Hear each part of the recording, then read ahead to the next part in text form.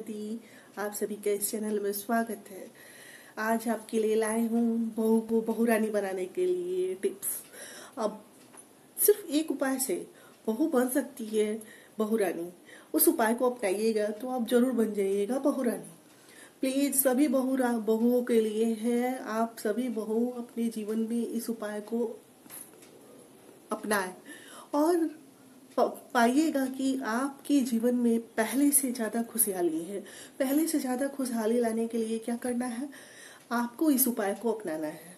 ये उपाय ये है कि उपाय तो मैं बता देती हूँ, बहुत इजी है, कुछ नहीं है। ये उपाय में आपको बहुत इजीली आ जाएगा, कर सकती हैं।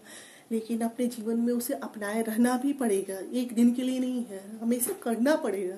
अगर आप उसे हमेशा करती हैं तो उससे क्या होगा, आपके जीवन में हमेशा खुशहाली बनी रहेगी। आप हर किसी के दिल में राज करने लगेंगी। बनने के लिए मैं आपको बताती हूँ।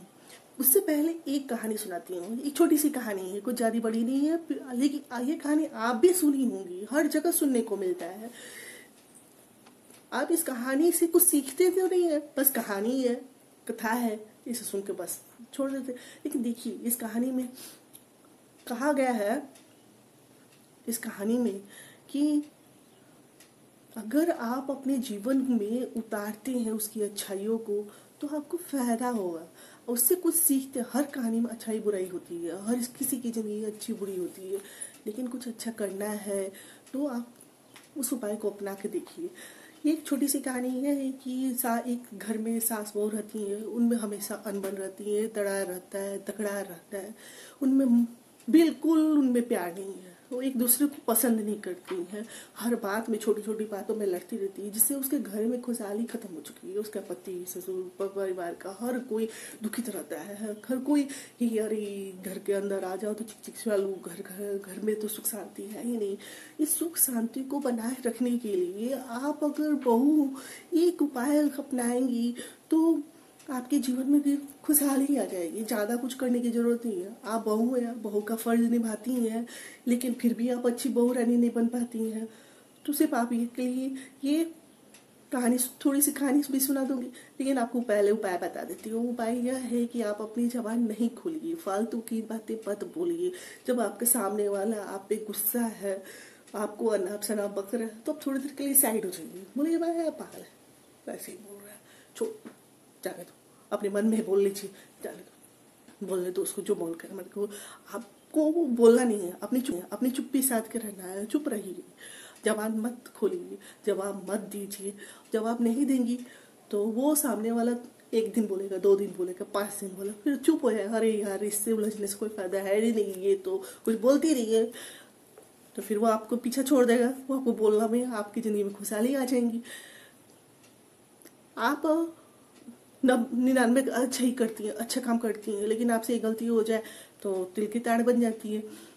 तो अगर कोई बात नहीं, अगर कोई कुछ बोल ही रहा है तो उससे क्या करना है, छोड़ो। अपने अपने ईगम, अहम को साइड कर देते हैं। साइड, जब अहम ही नहीं, दोनों का जब सामने वाला और आपका जब ईगो नहीं टकराएगा तो कोई झगड़ा ही नहीं है। आप बहुरानी तो बन ही जाएंगी। आपको बता रही हूँ कि आप बहुरानी बनने के लिए आप अपनी जुबान को फालतू मत खोलिए, चुप रहिए, जवाब मत दीजिए। जवाब नहीं देंगी तो आपके जीवन में खुशहाली खुशहाली आएगी, खुशहाली ही खुशहाली रहेगी, खुश ही खुश रहिएगा। आपका परिवार आपका रहेगा। तो आप वो कहानी सुनना चाहेंगे? मैं बताती हूँ कहानी क्या है। कि एक फैमिली में सास बहू रहती है, उनमें बिल्कुल प्रेम नहीं है, तकड़ा रहता है। वो अपने पिताजी के पास जाती है गुस्से में और कहती, पिताजी मुझे आप जहर की पुड़िया दे दो, आप मुझसे बर्दाश्त नहीं होता, मेरी जिंदगी नर्क हो गई है, या तो मैं खा के मर जाऊँ या तो अपनी सास को मार दूँ। तो पिताजी बोले, अरे ये तो पाप है, ऐसा करना गलत है। तो बोलती है, नहीं अब मुझसे बर्दाश्त नहीं होता। तो पिताजी ने बोला कि बेटा ये लो पुड़िया जहर की, जाके अपनी सास को खिलाती रहना, 6 महीने तक तुम चुप रहना और बहू का फर्ज अदा करना। आप एक दिन अच्छी सबके सामने आप अच्छी बहू बन के दिखाना। अच्छी बहू बन के दिखाओगी तो सामने वाला को लगेगा कि ये बहुत अच्छी है सास, ऐसी बेचारी 6 महीने से तो इतना सेवा कर रही थी, देखभाल कर रही है, किसी को शक भी नहीं होगा। सांप में मर जाएगी, लाठी भी नहीं टूटेगी। बोले पिताजी बहुत अच्छा आइडिया है, मैं जा रही हूँ करती हूँ। घर आती है, उसी दिन से उसके अंदर परिवर्तन होता है। वो पहले जवाब देना बंद कर देती है। जब जवाब देना बंद करती है तो सास को भी रियलाइज होने लगता है कि मेरी बहू बदल रही गई है, सुधर रही है। वो भी धीरे धीरे अपने में परिवर्तन लाती है। वो भी धीरे धीरे बोलना बंद कर देती है। कह रहे इसको बोलने से कोई फायदा नहीं है, ये अपने ही करती है। आप फिर एक दिन क्या होता है, उसकी सास बीमार हो जाती है। सास जब बीमार हो जाती है तो क्या होता है कि उसे लगता है कि मैंने जो पुड़िया दे रही थी उसकी वजह से मेरी सास बीमार। वो फूट फूट के रोती है, बोलती है अरे मैंने क्या कर दिया, हाय तौबा मैंने गलती कर दिया, मैंने तो बहुत बड़ा पाप कर दिया, मैंने अपनी इतनी अच्छी सास को मार डाला। तो अपने पिताजी को बहू बन के दिखाना। अच्छी बहू बन के दिखाओगी तो सामने वाला को लगेगा कि ये बहुत अच्छी है सास, ऐसी बेचारी 6 महीने से तो इतना सेवा कर रही थी, देखभाल कर रही है, किसी को शक भी नहीं होगा, सांप भी मर जाएगी, लाठी भी टूटेगी। बोले पिताजी बहुत अच्छा आइडिया है, मैं जा रही हूँ करती हूँ। घर आती है, उसी दिन से उसके अंदर परिवर्तन होता है। वो पहले जवाब देना बंद कर देती है। जब जवाब देना बंद करती है तो सास को भी रियलाइज होने लगता है कि मेरी बहू बदल रही गई है, सुधर रही है। वो भी धीरे धीरे अपने में परिवर्तन लाती है। वो भी धीरे धीरे बोलना बंद कर देती है। कह रहे इसको बोलने से कोई फायदा नहीं है, ये अपने ही करती है। आप फिर एक दिन क्या होता है, उसकी सास बीमार हो जाती है। सास जब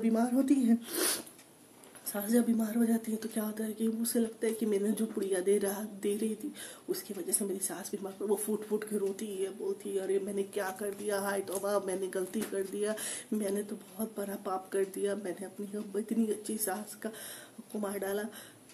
तो अपने पिताजी को हड़बड़ा के उठती है और अपने पिताजी को फ़ोन करती है। फ़ोन करके कहती है पिताजी प्लीज़ आप मेरी सास को बचा लो, मेरी सास को कुछ नहीं होना चाहिए, वो मेरी ताकत है, मेरी ढाल है, मेरे लिए सब कुछ है, माँ भगवान है, प्लीज़ पिताजी आप मेरी सास को बचा लो। पिताजी क्या करते हैं, आते हैं और बोलते हैं कि तुम्हारी सास को कुछ नहीं होगा, तुम चिंता ना करो, देख मैं आता हूँ। डॉक्टर को लेके आते हैं, डॉक्टर को दिखाते हैं। डॉक्टर बोलता है कि आपकी सास को कुछ नहीं हुआ है, ठीक है, और इनका बीपी लो हुआ है, अब दवा देते हैं, ठीक हो जाएंगी। फिर वो बाद में महसूस करती है कि कितनी बड़ी गलती करने जा रही थी, वो कितनी बड़ी गलती से बच गई। आपने पिता को थैंक यू बोलती है, पिताजी आज मैं आपकी वजह से अपने घर में खुश हूँ, खुशहाल जिंदगी जी रही हूँ। मुझे महसूस हो गया कि मेरी एक चुप्पी जवाब नहीं देने से मेरी ज़िंदगी कितनी खुशियों से भर चुकी है।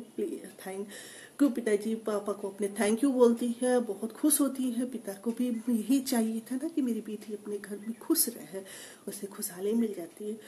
घर का हर सदस्य आपको प्यार करने लगा। जब सास के दिल में आप करेंगी राज, तभी तो घर का बाकी सदस्य करेगा आपसे प्यार। आप अपने सास के दिल में जगह बना लेंगी सिर्फ अपनी चुप्पी से, जवाब नहीं देने से। एक दूसरे के अहम को टकराव न लाए और प्यार से रहे, खुश रहे। माता रानी की कृपा आप पे बनी रहेगी। जय माता।